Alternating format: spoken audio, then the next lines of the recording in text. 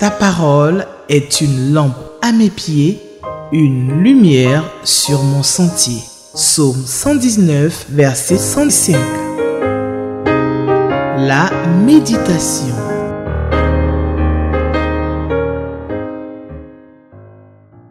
Shalom, shalom, shalom. Chers frères et sœurs, que le nom de Dieu soit béni pour cette occasion merveilleuse qu'il nous donne. La paix de Dieu qui est sur nous. Dieu veille sur nous chaque jour. Dieu nous protège de diverses manières. Il y a des batailles que le Seigneur mène pour nous, que nous ne savons même pas. Nous sommes simplement conscients du fait que Dieu nous protège. Comment est-ce qu'il nous protège précisément? Nous ne le savons même pas. Il n'a pas besoin, il n'est pas obligé de nous le révéler. Quelques rares fois, il nous fait voir juste un élément, un échantillon de ce qu'il fait pour nous, de la bataille qu'il mène pour nous. Mais Dieu mène des batailles immenses pour nous. Et nous voulons lui rendre grâce pour l'occasion que nous donne d'être en vie. Qui nous donne d'être en vie, de pouvoir vaquer à nos occupations, de pouvoir nous asseoir pour méditer la parole de Dieu. C'est une grâce, c'est une bénédiction. Que la gloire lui revienne. Merci d'être là. Merci d'être à cette émission sur Espérance TV. Et nous continuons de bénir le Seigneur pour toute cette équipe technique, derrière les caméras qui travaillent et qui font tout ce travail, mais aussi la direction administrative. Merci et nous prions, continuez de prier chaque fois pour Espérance TV. Et nous voulons rendre grâce au Seigneur pour cette occasion. Merci aussi à la Ligue pour l'étude de la Bible pour cette occasion que nous avons de méditer la parole de Dieu. Merci, merci à chacun. Et continuez d'encourager d'autres frères et sœurs à participer à cette émission. Merci beaucoup. Nous allons prier et confier ce temps entre les mains du Seigneur. Père Céleste, nous te bénissons, te rendons toute la gloire. Nous sommes là parce que tu nous as invités. Tu es là, comme tu l'as dit, là où 2 ou 3 sont assemblés en ton nom, tu es au milieu d'eux. Je suis là avec mes frères et mes sœurs qui sont dans différents pays et qui suivent cette émission. Nous sommes connectés spirituellement en Christ et autour de ta parole. Enseigne-nous ta parole, car ta parole est la vérité, ta parole est la vie. Merci, Père Céleste, au nom de Jésus. Amen. Je voudrais nous inviter à prendre nos Bibles. Nous allons lire le chapitre 9, du livre de Job. Job chapitre 9, verset 1 au verset 24. Job chapitre 9, verset 1 au verset 24. Nous faisons la lecture de notre texte. Job prit la parole et dit: je sais bien qu'il en est ainsi. Comment l'homme serait-il juste devant Dieu? S'il voulait contester avec lui sur 1000 choses, il ne pourrait répondre à une seule. À lui la sagesse et la toute-puissance. Qui lui résisterait impunément? Il transporte soudain les montagnes. Il les renverse dans sa colère. Il secoue la terre sur sa base, et ses colonnes sont ébranlées. Il commande au soleil, et le soleil ne paraît pas. Il met un sceau sur les étoiles. Seul, il étend les cieux. Il marche sur les hauteurs de la mer. Il a créé la grande ours, l'Orion et les Pléiades, et les étoiles des régions australes. Il fait des choses grandes et insondables, des merveilles sans nombre. Voici, il passe près de moi, et je ne le vois pas. Il s'en va, et je ne l'aperçois pas. S'il enlève, qui s'y opposera? Qui lui dira: que fais-tu? Dieu ne retire point sa colère. Sous lui s'inclinent les appuis de l'orgueil. Et moi, comment lui répondre? Quelle parole choisir? Quand je serai juste, je ne répondrai pas. Je ne puis qu'implorer mon juge. Et quand il m'exaucerait, si je l'invoque, je ne croirai pas qu'il eût écouté ma voix. Lui qui m'assaille comme par une tempête, qui multiplie sans raison mes blessures, qui ne me laisse pas respirer, qui me rassasie d'amertume. Recourir à la force, il est tout puissant. À la justice, qui me fera comparaître? Suis-je juste? Ma bouche me condamnera. Suis-je innocent? Il me déclarera coupable. Innocent, je le suis. Mais je ne tiens pas à la vie. Je méprise mon existence. Qu'importe, après tout. Car j'ose le dire, il détruit l'innocent comme le coupable. Si du moins le fléau donnait soudain la mort. Mais il se rit des épreuves de l'innocent. La terre est livrée aux mains de l'impie. Il voit la face des juges. Si ce n'est pas lui, qui est-ce donc? Amen. Jusqu'ici notre lecture. Qu'est-ce que ce texte nous apprend sur Dieu? Y a-t-il un ou des exemples à suivre ou à ne pas suivre? Est-ce qu'il y a une vérité, des vérités que Dieu veut nous révéler dans ce texte? Je donne comme titre à cette méditation le Dieu souverain. Le Dieu souverain.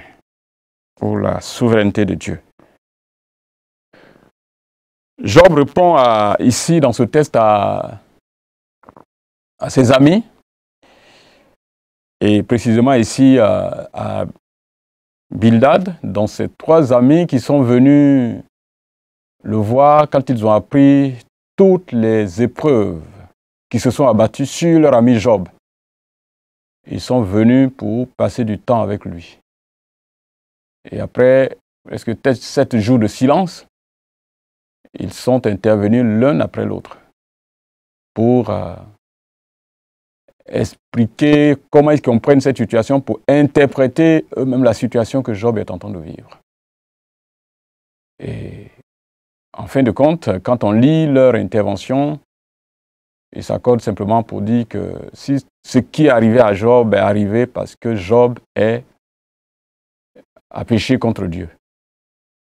Que Job a péché contre Dieu et que ses enfants ont péché contre Dieu, c'est pourquoi ce qui leur arrivait, leur était arrivé. Puisqu'il a perdu tous ses enfants, il a perdu tous ses biens. Et en dernière position, c'est sa santé, c'est son corps, sa personne.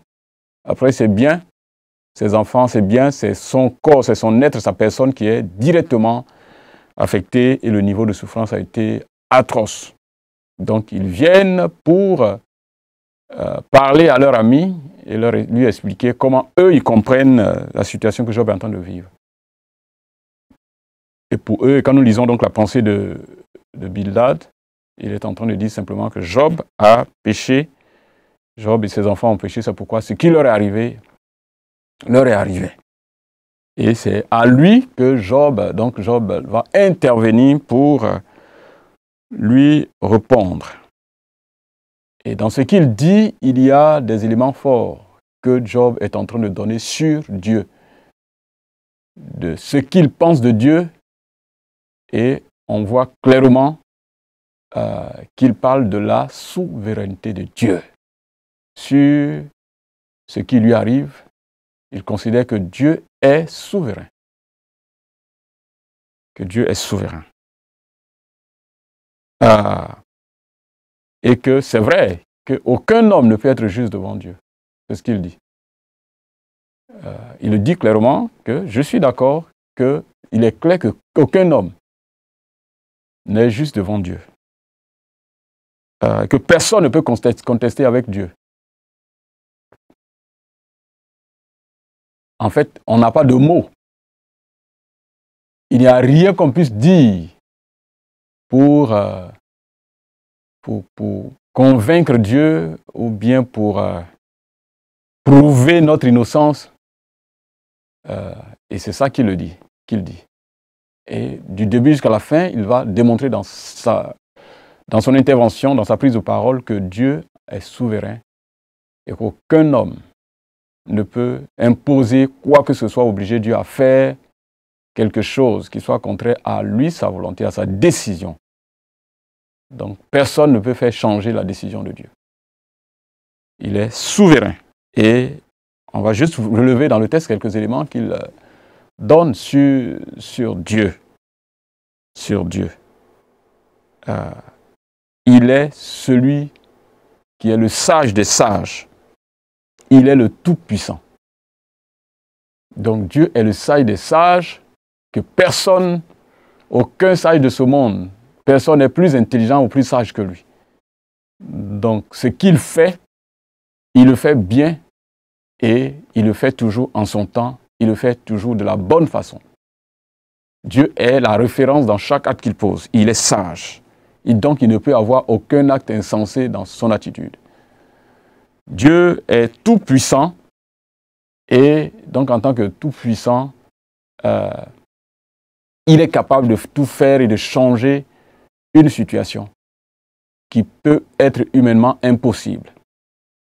Donc s'il ne l'a pas fait par rapport à la situation de Job de changer, c'est que certainement, ce n'est pas parce que la situation est au-dessus de sa portée, au-delà de sa portée, mais certainement que le temps n'est pas encore arrivé de le faire.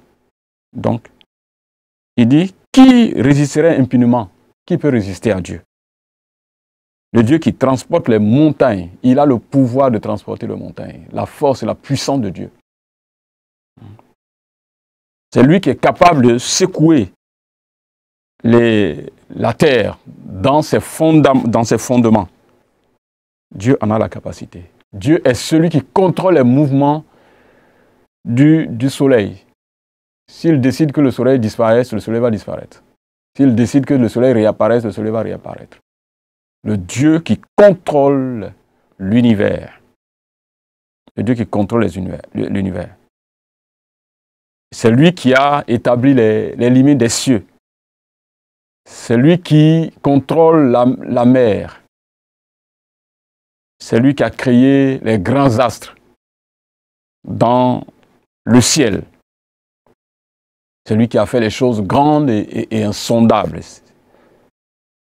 Et ce sont des choses sans nombre que l'œil humain, que l'intelligence humaine ne peut percevoir. Ce Dieu grand et Dieu puissant. C'est Dieu qui a établi les limites de toutes choses. La durée de vie de chaque chose sur la terre. La durée de l'existence. C'est lui qui est le maître et qui a le contrôle de tout. Dieu est le maître et il a le contrôle de tout. Et là, il sait ce que Job est en train de vivre comme douleur, qu'il a vécu comme calamité. Il le sait dans tous les détails et il en a le contrôle. Et tous les événements qui lui sont arrivés ne sont pas arrivés parce que Dieu avait perdu le contrôle, mais Dieu reste au contrôle de tout. Même si ce sont des situations douloureuses, Dieu sait. C'est ça qu'il est en train de dire en quelque sorte. Dieu est au courant de chaque chose.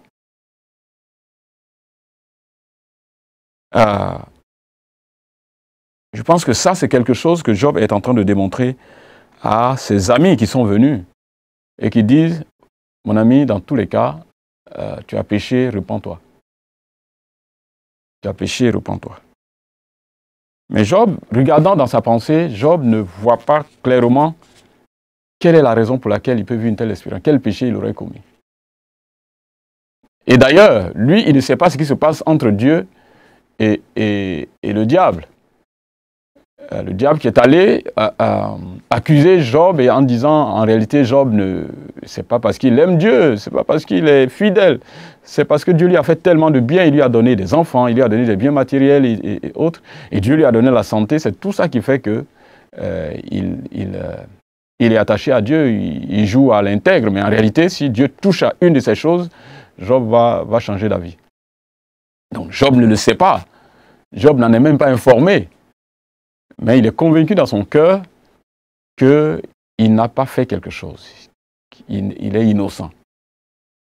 Mais si en tant qu'être humain, il dit, malgré notre innocence, c'est possible.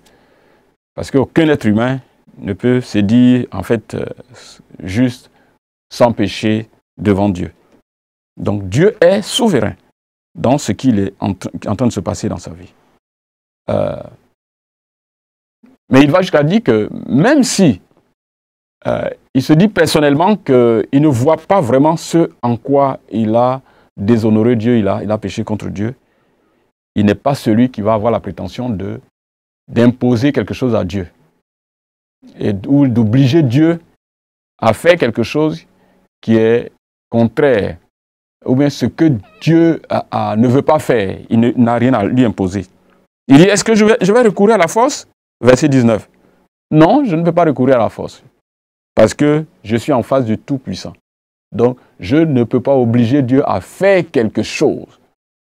Vous savez, ça c'est un signe d'humilité, de savoir nos propres limites, hein, de savoir nos limites. Vous savez, quelquefois, on a des prières qui ressemblent à des prières qui obligent Dieu à faire des choses. J'entends de plus en plus aujourd'hui des gens dire je veux mon miracle. Je veux mon miracle. Bon, est-ce qu'on est en train d'imposer quelque chose à Dieu? Parce que le miracle relève de la souveraineté de Dieu. C'est Dieu qui opère des miracles. Maintenant, est-ce qu'on peut exiger un miracle de Dieu? Est-ce qu'on peut exiger que Dieu fasse un miracle dans notre vie? Ce n'est pas une exigence. Cela fait partie de la souveraineté de Dieu. Oui, on peut demander humblement quelque chose de précis au Seigneur, mais pas lui imposer qu'il fasse quelque chose dans notre vie. Il dit, il est le Tout-Puissant. Donc, je ne peux pas lui imposer quelque chose, l'obliger à faire quelque chose par la force. Par la force. Il est Tout-Puissant. Je ne peux pas recourir à la force pour lui imposer de changer ma situation. Est-ce que je peux recourir à la justice? Non, je n'ai pas la prétention de me présenter devant le trône de Dieu, le juste, le Dieu 3 fois saint, pour ouvrir ma bouche et aller en jugement contre Dieu. Aller en jugement contre Dieu. Je n'en ai pas la prétention. Parce qu'il dit, si je juge, même si je pense que je suis juge, je ne peux pas ouvrir ma bouche pour le faire. Ma bouche elle-même va me dire de me taire, ma bouche elle-même va me condamner. Et même si je pense que je suis non coupable ou que je suis innocent, c'est Dieu qui juge. Donc s'il lui décide que je suis coupable, c'est sa décision qui est la bonne. Ça, c'est quelque chose qui marque dans l'attitude de Job au cœur de cette souffrance atroce. Au cœur de la souffrance, quelle est notre relation vis-à-vis de Dieu? Qu'est-ce que nous pensons de Dieu? Honorer, respecter, se soumettre à la souveraineté de Dieu dans les événements de notre vie. Et demander au Seigneur aussi de nous donner une claire perception de notre rapport avec Dieu et une claire lisibilité, une bonne lisibilité des événements que nous vivons. Il se serait plongé tout de suite peut-être à se culpabiliser et puis demander quelque chose en réalité qui n'est pas conforme. Ce n'est pas parce qu'il a péché que les choses se passent. Mais ce qu'il voit clairement dans cette situation, c'est que Dieu a sa main dans cette situation. Et donc il recourt à Dieu, tout en restant humble pour dire, Seigneur, je sais que c'est toi qui es derrière cette affaire, conduis ma vie, aide-moi à vivre cette expérience douloureuse, même s'il ne comprend pas. Parfois, ce qui nous permet de mieux vivre une situation de douleur, c'est d'avoir la claire perception de ce qui est derrière. Ce n'est pas l'ennemi qui est tellement fort, qui contrôle toute situation, qui fait ceci ou cela. Même si c'est le diable qui a touché le corps de Job, qui a éliminé ses enfants et ses biens, mais c'est même avec la fierté de Dieu qu'il est arrivé. Dieu était tellement fier de Job qu'il a décidé, il a dit à l'ennemi, si tu penses que c'est à cause de ces choses-là que Job est attaché à moi, il faut toucher à ces choses. Dieu est plutôt fier de lui. Percevoir la main de Dieu, même derrière certaines situations, certaines situations difficiles. Il est très facile d'attribuer tout au diable, alors que dans certaines situations, Dieu est tellement fier de nous qu'il permet qu'une telle épreuve arrive. Il est tellement fier de nous qu'il permet que certaines épreuves arrivent. Qui ne voudrait pas que Dieu soit fier de lui? Qui ne voudrait pas que Dieu soit vraiment content de lui? Vous savez, certains parents, quand ils sont tellement fiers de leurs enfants, vous les entendez dire, celui-ci, c'est mon fils. Il est capable de faire telle chose. C'est un enfant qui m'obéit. Et tout père, tout parent est fier de son enfant qui lui obéit et son enfant qui est capable de faire des choses extraordinaires. Il le dit avec beaucoup de fierté. Et Dieu le fait. Même si ça ne plaît pas à l'ennemi et qu'il veut nous créer toutes sortes de problèmes pour tester réellement la sincérité de notre engagement, Dieu est fier de nous.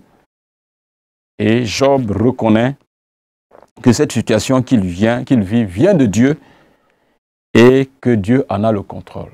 Même si elle est douloureuse pour lui, Dieu en a le contrôle et qu'il n'est pas prêt à engager une confrontation pour obliger Dieu à faire quelque chose. Oui, c'est vrai que nul être humain n'est sans péché devant Dieu, mais pour ça, Job est conscient qu'il n'a vraiment rien fait. Et je pense que c'est l'une des choses qui lui ont donné, c'est ça qui lui a donné de résister, de tenir. Parce qu'il regardait à Dieu comme celui qui est derrière ce qui lui arrive. Que c'est celui qui est derrière ce qui lui arrive. Les textes précédents disent chaque fois que Job n'attribua rien de méchant à Dieu.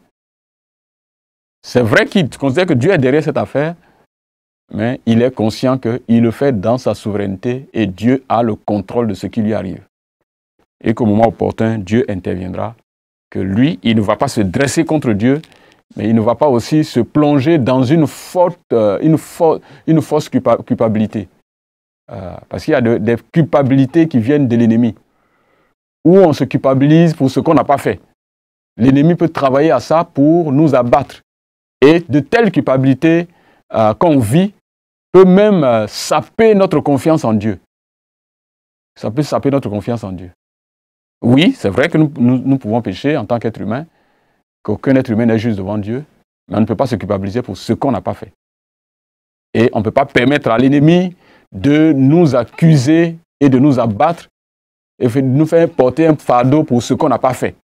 Et pour ça, Job n'est pas d'accord et n'est pas prêt à supporter une telle culpabilité. Non, je n'ai rien fait. Mais si Dieu choisit que je vive une telle expérience, je la vivrai sans murmurer contre Dieu, sans l'accuser, sans blasphémer son nom. Je pense que ça, Job a un niveau de maturité qui nous enseigne de savoir lire derrière chaque événement qui se passe devant nous. Nous avons besoin de discernement et ça nous donne d'adopter la bonne conduite. Se culpabiliser pour ce qu'on n'a pas fait, ce n'est pas de l'humilité. C'est même parfois diabolique de se culpabiliser pour ce qu'on n'a pas fait. Et l'ennemi aide facilement à ça, à faire sombrer des chrétiens dans une culpabilité pour des choses qu'ils n'ont pas fait. Et nous détruire. Et met dans nos cœurs, au lieu de nous réjouir de la vie que Dieu nous a donnée et d'affronter les défis de la vie de façon lucide, nous allons chercher derrière des choses qui ne sont pas vraies. Non, c'est parce que les parents ont fait ceci, les grands-parents ont fait ceci, ça a tel effet sur ta vie. Parfois, c'est des choses fausses que l'ennemi veut nous faire porter, nous obliger à porter pour nous empêcher de vivre de façon lucide l'événement qu'on est en train de vivre. Non, c'est un démon qui a fait, et attribuer ça au démon, alors que ce n'est même pas le cas. Donc, la lucidité devant les situations et demander le discernement au Seigneur pour que nous sachions ce qui est en train d'arriver, pour que nous ne portions pas une fausse culpabilité. Ça, ce n'est pas l'humilité. Porter la culpabilité de ce qu'on n'a pas fait, ce n'est pas l'humilité. C'est même diabolique. Et les amis veulent pousser presque Job à bout. Nous prions, chers frères et sœurs, que Dieu nous aide dans les épreuves, que tu serais peut-être en train de vivre, que je serais en train de vivre, que quelqu'un est en train de vivre autour de nous. Nous prions pour que Dieu lui donne la lucidité, pour ne pas que des gens viennent la battre pour des choses, en réalité, qu'il n'a pas fait. Alors que simplement Dieu est en train de réaliser quelque chose d'important dans sa vie. Dieu est fier de lui et Dieu lui permet cette épreuve-là simplement pour prouver au diable que ce qu'il a dit contre son enfant là n'est pas vrai. Que Dieu nous aide, chers frères et sœurs. Dieu est souverain et il agira dans notre vie comme il le veut pour accomplir son dessein ou pour prouver à notre ennemi, à l'accusateur, que ce n'est pas juste pour les petites choses qu'il nous donne que nous le suivons. On n'est pas derrière Dieu parce qu'il nous donne un mari. On n'est pas derrière le Seigneur parce qu'il nous donne de l'argent ou nous donne un boulot, ou il nous permet de réussir un examen. On aime Dieu pour ce que Dieu est pour nous. Et on veut le servir, on veut s'attacher à lui. Et c'est ça que Job nous a prouvé ici, dans son intégrité et dans la reconnaissance de la souveraineté de Dieu. Que Dieu nous bénisse, chers frères et sœurs. Notre Dieu est souverain dans tous les événements difficiles ou joyeux qui arrivent dans notre vie. Et que Dieu nous fortifie et qu'il nous aide dans notre marche avec lui. Nous prions le Seigneur. Seigneur, merci pour ta parole.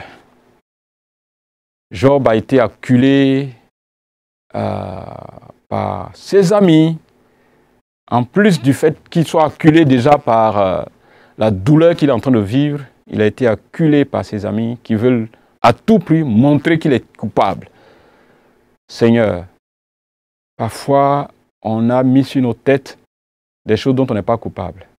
Et on a pensé que c'était de l'humilité, alors que c'était parfois une action diabolique de nous accuser, de nous enlever la joie de vivre pour quelque chose qu'on n'a pas fait. Ou d'attribuer à quelque chose à un ennemi qui serait tellement puissant qu'il peut faire de notre vie ce qu'il veut. Non, Dieu est souverain dans nos vies et nous voulons reconnaître cela. Nous voulons résister à des voix qui nous plongent dans l'amertume, qui nous plongent dans la culpabilité pour des choses qui ne sont pas vraies, qui nous plongent dans la peur pour des choses qui ne sont pas vraies.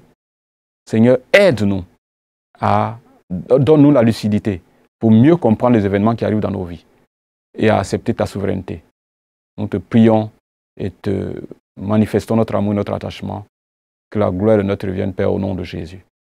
Amen. Merci. Que le Seigneur vous bénisse et à bientôt. Ta parole est une lampe à mes pieds, une lumière sur mon sentier. Psaume 119, verset 105. La méditation.